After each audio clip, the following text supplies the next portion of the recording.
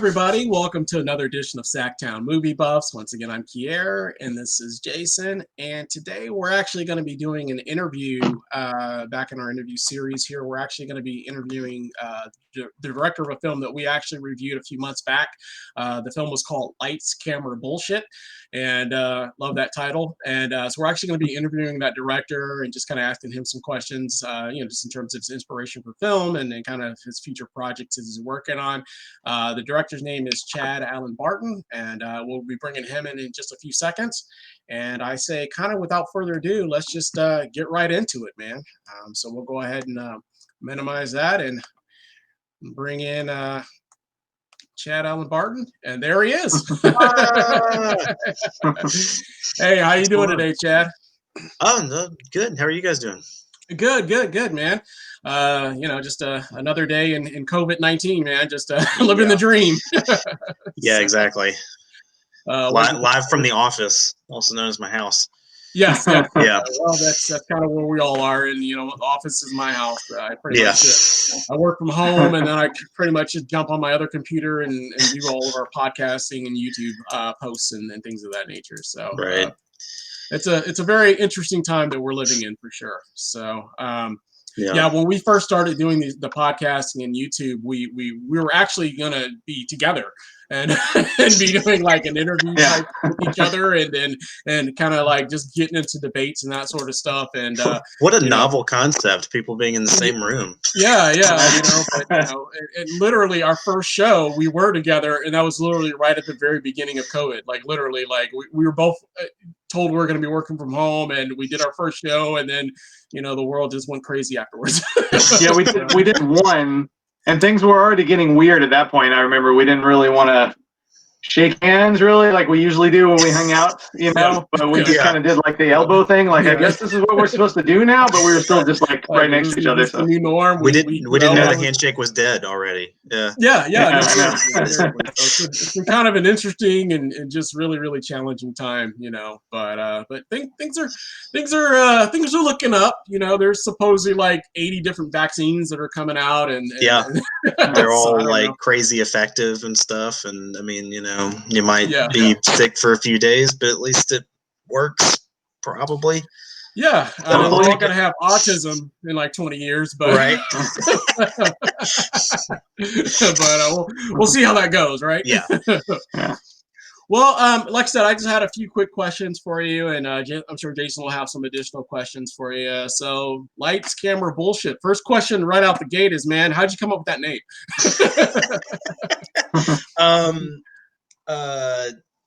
Because basically that's the entire idea behind filmmaking is you've got the whole setup, everything's there, but the thing they don't tell you about is that it's mainly just a bunch of bullshit you have to take care of and do on the day, and then it's even more bullshit once you get into post-production, which this thing started in 2011. Okay. And didn't finish until 2 years ago. Wow. So, yeah, I mean, like, talk about starting a project when you're in your early 20s, and then by the end of it, you're like, man, I like you're changing things, like, because you're like, I don't believe in this shit anymore at all. It's like trying to take somebody else's project basically and like retool it later. Right. It was just such a long post-production process with it, especially it being like the first feature that I ever did. This was like the film school to teach you how to do it. And now I'm working on like 2 or 3 other features, but like, yeah, I mean, it was just a crazy ride to finish this thing. But Lights, Camera, Bullshit was just, I mean, because it's fucking bullshit. Making a movie is fucking bullshit, especially when you don't have any money, which is how this was made. No. And like I said, Jason and I, we've never actually shot any like feature length films or anything like that. But in college, we went to college together.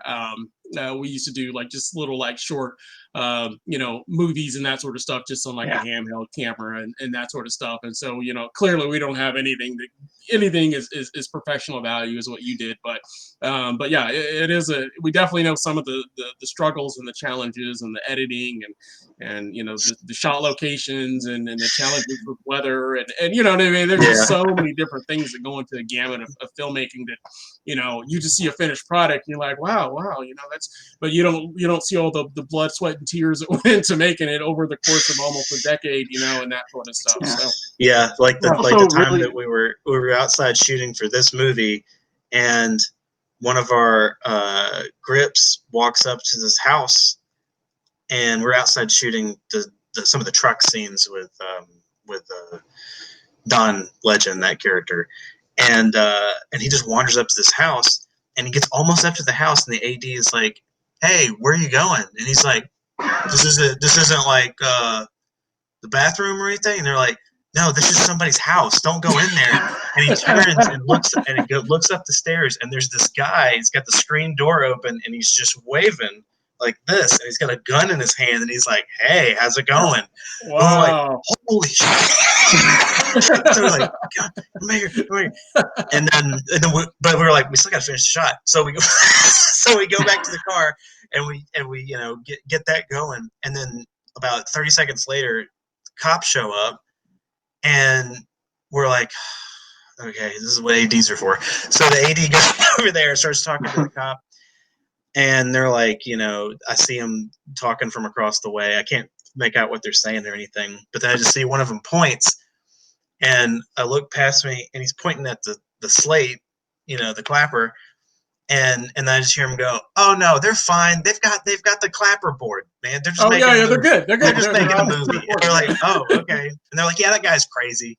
Like, okay, he almost killed one of my crew members, but sure. Wow, that is, yeah. I mean, that's like I said, location, man. You just never know. You never know. So I guess what was I'm sorry, actually, Jason, I think you had a question for him. Oh, I was just going to say, like, when you're talking about how much trouble it is to make a movie, it's also really hard to get anybody to commit to anything, too, I noticed. Even just making, like, a student film, barely a student film, what we did, I mean, like, hey, everybody, I'd really like to shoot this Saturday. Oh, no, too busy. No.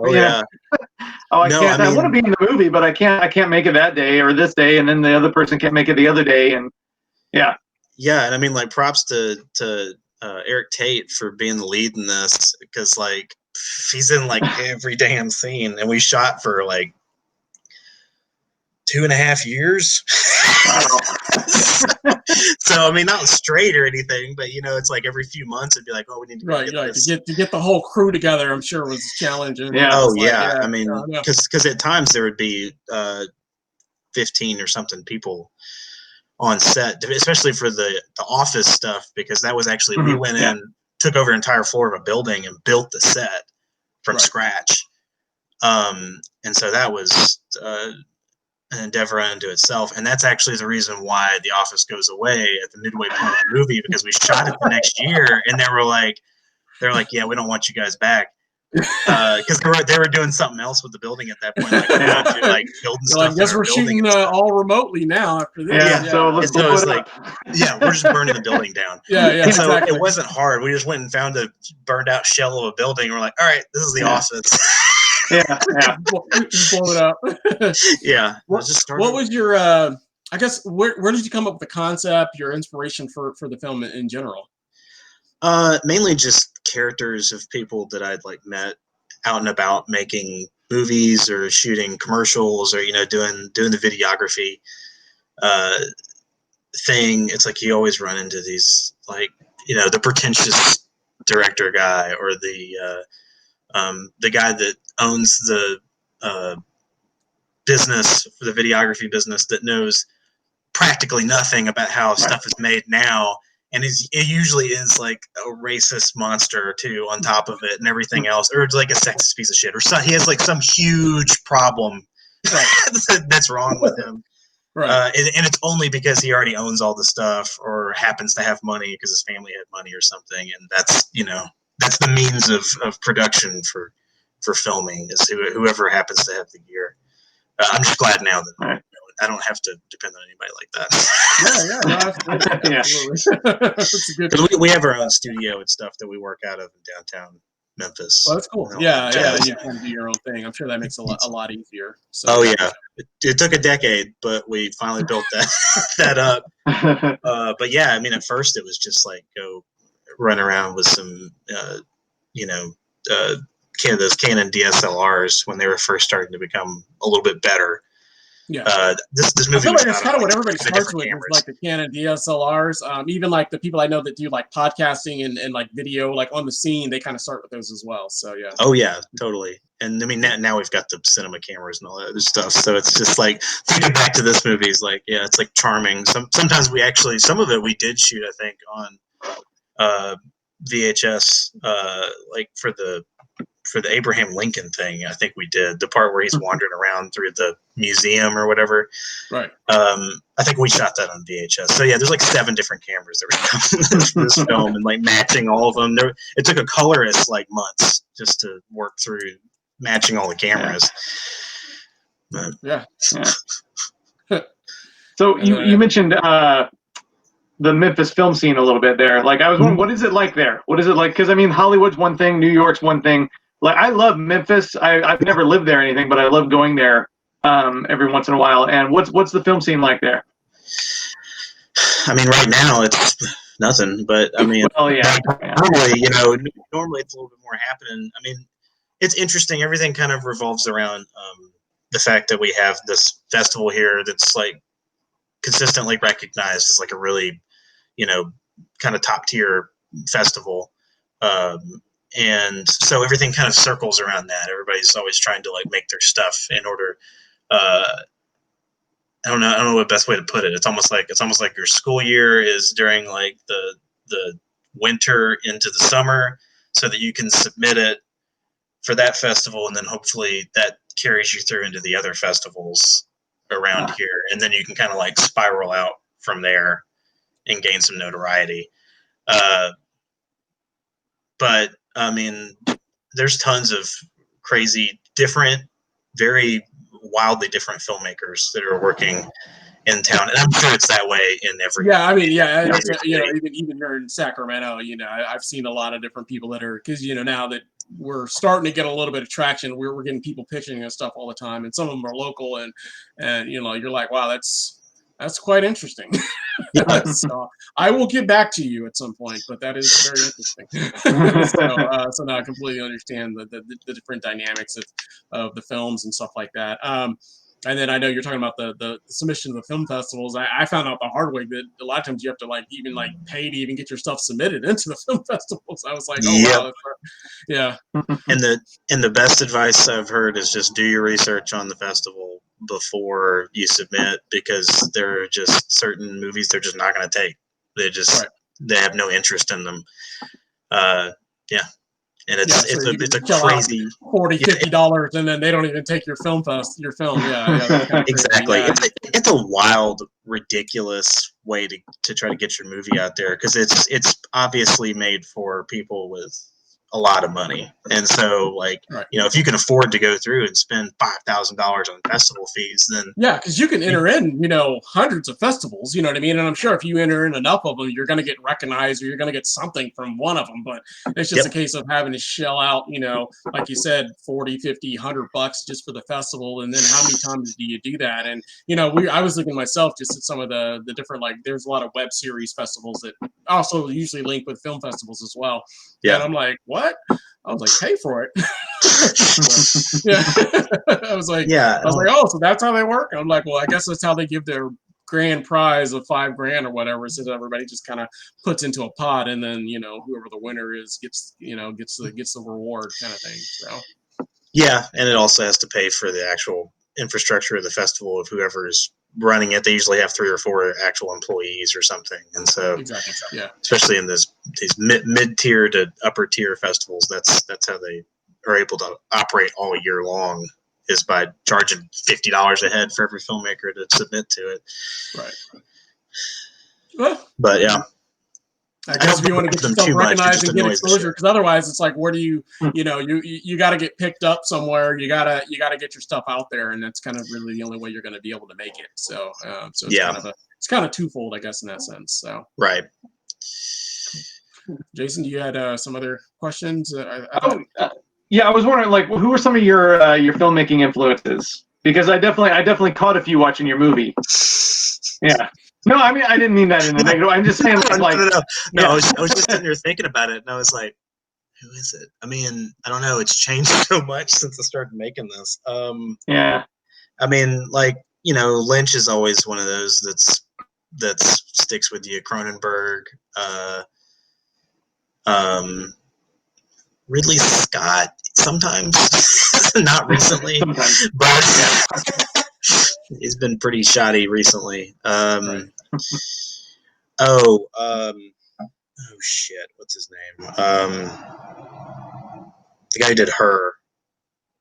Spike Jonze. Oh, Spike Jonze? Yeah. Spike Jonze. I mean, I think he's like one of my favorite, at least now. I mean, I think he's one of my favorite like working filmmakers. He doesn't make hardly anything, but all the stuff that he has done, it's incredible. The aesthetics of it are amazing. The writing's amazing, usually because he teams up with Kaufman or whatever, but like it's just fucking great, like from top to bottom. Right. Yeah. Yeah, we definitely. Oh, go ahead. Go ahead, man. I was just saying that everybody has some sort of inspiration or some sort of influence from I feel like from everybody, and it is always interesting to kind of pick out kind of like those influences and that kind of style, and I definitely Jason's a big David Lynch fan, and I kind of saw a little bit of that as well. He's a bigger Lynch fan than I am, of course. Spike Jonze. Oh yeah, that's an understatement. That's an understatement. I'm a huge David Lynch fan, and Kier is not a fan. Like I remember, like I showed him Blue Velvet like years ago, like 20 years ago, which is one of my top 5 favorite movies of all time, Blue Velvet. And the whole time I'm watching it with him, I'm thinking like, man, this movie is just perfect. The whole time I'm watching it, and I can't wait to hear what he thinks when it's over. And then when it was over, what did you say, Kier? I said it was complete dog shit. And it's like, how can two people be watching the same piece of film at the same time and have such completely different? I mean, like I was sitting there just like enjoying one of my favorite movies of all time, and he was just thinking it was one of the worst. Amazing. Yeah, he keeps trying. The thing about Lynch is that he's so polarizing. Like that you can sit two people down in a room and go, and their hearts like erupting from their chest, and the other person is just falling asleep. I and it's like this thing, and we have this thing, and we agree a lot, but we also disagree a lot as well. It's usually, I think Jason's point is it's not so much about what I like, because we usually mostly agree on the same types of films that I like. It's the films that we differ on is the films that he likes when he gets into like the David Lynch styles and that sort of stuff, because I don't do weird as much as he does, so if it's weird or strange or really kind of out there, it just kind of takes me out of the scene a little bit. And so that's my favorite kind of stuff. He loves that kind of stuff, and I'll watch the stuff and I'm like, what the heck is going on here? And I go both ways. I can do any of it. I mean, as long as the person who's making it is like sincere, and like they believe in what they're doing, is like I'll go along for the ride. Right. But for those that are just kind of like cynically doing something, or like it's pretty obvious when you watch it if they're just half-assed doing it, then it's like, unless it's funny, unless it's really shitty, then it's great. I agree, and we're both fans of the craft and art, especially for and that's kind of where we're at right now. We're kind of doing more of the middle of the road, filmmakers that are just kind of getting their stuff out there, and hopefully they're developing something bigger. And I think we're both fans of that art, of someone that's trying to build a niche and build a brand for themselves, and hopefully you start off with a film like Lights, Camera, Bullshit, and then you do your next project, and each project, obviously the goal is to get progressively better, and also progressively more notice and more notoriety as well, and then hopefully you get picked up by some big film festival or some big production company, and then the sky's the limit. You know what I mean? Now your stuff in theaters or whatever case may be. So and that's kind of our thing, is and we like to kind of put a spotlight on filmmakers that are trying and that are sincere about it. Whether we necessarily love all the films or not, it's also just about like getting exposure and getting yourself out there, because that's going to give you more funding to do your next project, and then you're able to get a bigger budget, and then you're able to do what you really want to do, kind of thing. So right, and there's also not a lot of people that are doing what you guys are doing. It's either like way the fuck up here, or right, exactly. or like they're like nobody's watching at all. You're right. So it's like there's and that's what I said. nothing in the We're right middle, there in the really. middle. You know what I mean? We're kind of right there in the middle, where we have enough followers that you're going to get hopefully some bleed from whatever show we do. But we're not like the top guys that have like 1 million subscribers, and they only do the highbrow stuff. Transformers or whatever the fuck just came out. And that's not really our wheelhouse. Yeah, we don't really care so much for the big budget movies. We'll review them, but but as far as spotlighting and actually talking down and engaging, I like to shine a light on the up and comers, because you never know, those guys are the guys that are going to be the next hot thing versus the established guy that everybody just pretty much kind of kisses up to, or whatever. And you can see it with Marvel and Star Wars, Disney as a whole, or whatever. They're snatching up all these people as quick as they can. As soon as they have one movie that's even like halfway decent, they're like, we got to get them to make a movie for us now. Right. So it's interesting that that's becoming like a chamber for growing new kind of monopoly in terms of what they're trying to do and what they're focused on. Yeah, absolutely. Right. Cool stuff, man. Anything else you wanted to add, Jason? Or I just have one more. Sorry to hammer on Lynch a little bit more, but speaking of Twin Peaks, how did Michael Horse, come into the Deputy Hawk? I'm a huge Twin Peaks fan, also, of course. Yeah, I was just wondering how he came into the picture. He's got such a soothing voice, perfect for narration.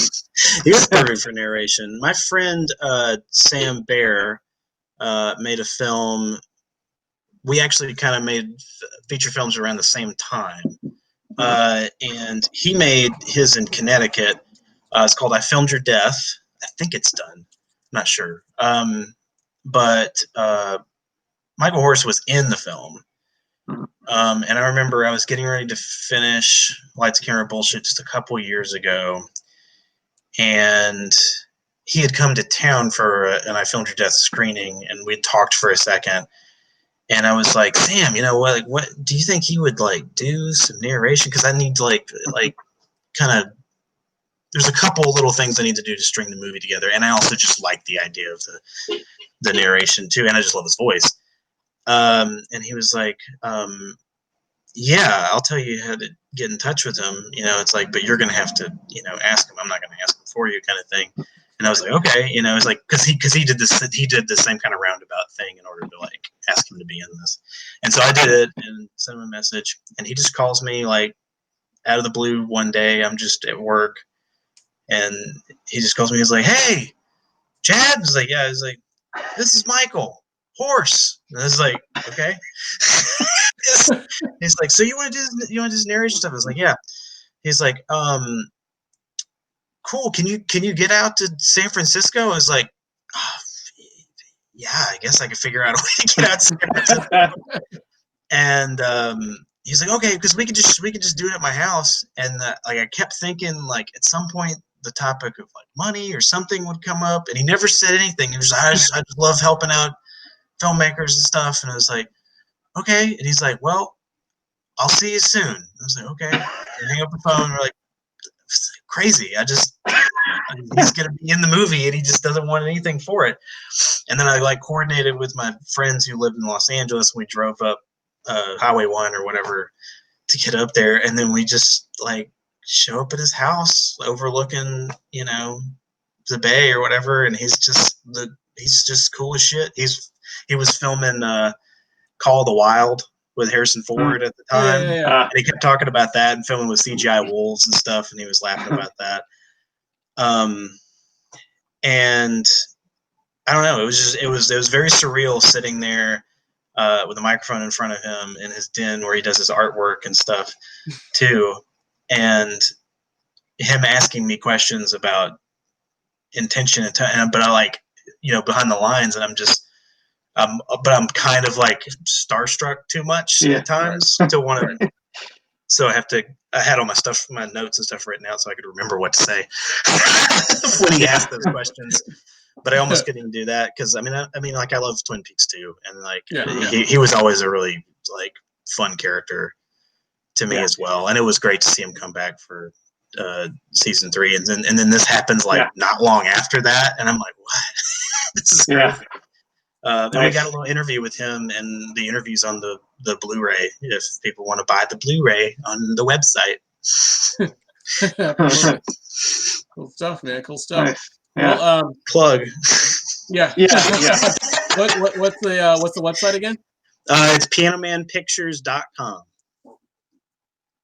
Perfect. So pianomanpictures.com, and we'll do a link as well. Sure. So if anybody wants to find it and look you guys up, and so we'll go from there. So going on to speaking of which, what projects do you have, I guess, in the works? What are you working on right now? Well, funny other connection to Twin Peaks is that I'm co-owner of a video store here in town called Black Lodge, formerly Black Lodge Video. Okay. Nice. And we just opened up in a different part of town. We're over near the Concourse building that just opened up over there, and we're like an 8,000 square foot concert venue that opened up 6 months before COVID. So that's fun. But we still have all the videos and stuff too. It's a collection of like 30,000 titles and stuff, and so I'm up there doing that part of the time. As far as movies and stuff, I'm working on a science fiction short with my girlfriend Rachel M. Taylor. Her stuff's on the website too if anybody wants to check. She does like fantasy films and stuff, so we're going to collab on our first project together, which we always said we would never do because we're both too independent and strong-headed directors, and so it's like, but now we're gonna do it. It's gonna be great. Absolutely. Yeah. But other than that, we're working on this documentary for the band Dog Police. If you guys know about this, it's a band that's from Memphis. I can send you a link later. They did this music video that was the band's Dog Police. The song is also Dog Police. And look it up. It was on Weird Al's Basement Tapes. And it like blew up on the internet. And it's just real bizarre. It's just these people that are all dressed as dog cops, and they sang a song about the dog police coming to arrest people. It was very busy. It was very weird. Has a lot of strange connections. The guy who is actually one of the inventors of the Steadicam shot this movie and is still Martin Scorsese's primary Steadicam operator. Really? And he shot this weird music video in Memphis in 1980 something. And so we're making this documentary about this thing because it's got all kinds of weird ties into the entertainment industry in so many weird ways. Feature-length doc about that. Nice. And then working on another science fiction piece that I'm trying to put together right now that's more self-contained, one room with one actor, since we're in the times that we're living in. COVID, yeah. And even if the vaccine comes through, it's like we're still looking at like June or July or August or maybe even October. So I'd like to shoot something before then. Right. Yeah, for sure. So probably gonna do that. And then one of my other partners is working on a that I'm producing. It's a fake documentary about ham boning. Do you guys know what ham boning is? I think so. it's the musical process of slapping your body to make notes. Yeah, I was familiar with the term, but I was like, in my head, I'm like, is it something? Yeah. Basically, it's supposed to be like a fake kind of like PBS doc about this guy, Hambone Sloan, who created ham boning one day when he accidentally wandered out into a bee's hive, and then the bees start stinging him, and then of course he starts to and then and it's just this silly kind of like hour-long romp through that, and it's going to be a lot of fun. Cool, man. Well, it sounds like you definitely have your hands full with a lot of upcoming projects and that sort of stuff. Well, like I said, whenever you get some stuff completed, by all means, you're more than welcome to send it our way, and we'll take a look at it. And then obviously, we don't know a lot about the Memphis film scene, but obviously, if you know any directors that are looking to get their work out there and that kind of stuff, you're more than welcome to send them our way as well, and we'll take a look Absolutely. at it. We don't confirm we're going to watch every single film that comes our way, but we definitely we'll give it a give it a whirl, take a look at it, and that sort of stuff. And if it looks like something that we can vibe with, we'll definitely watch it and review it, and maybe interview them on the show as well. So yeah, cool. Anything else you wanted to add before we take off here? I'll just thank you guys for reviewing the film in the first place, and then reaching out to doing interviews. It's really awesome. I just can't appreciate that so much. Oh yeah, not a problem, not a problem. Just like I said, we try to shine a spotlight in any way we can on like I said, up and coming directors, and we definitely look forward to anything you're going to be doing in the future. And like I said, by all means, whenever you finish any of those upcoming projects, you want to send them our way, we'll definitely take a look at them and review them for you as well. So cool. Oh, cool. Thank you so much, guys. Oh, not a problem. Thank you. Yeah, thanks for joining us. Yeah, thanks for joining us. All right, well, that concludes our show. As always, if you like the channel, we ask that you like, subscribe, and of course, always hit the bell notification so you don't miss any of our updates. And we will be back again soon with another show. All right, take it easy. All right, bye. Bye.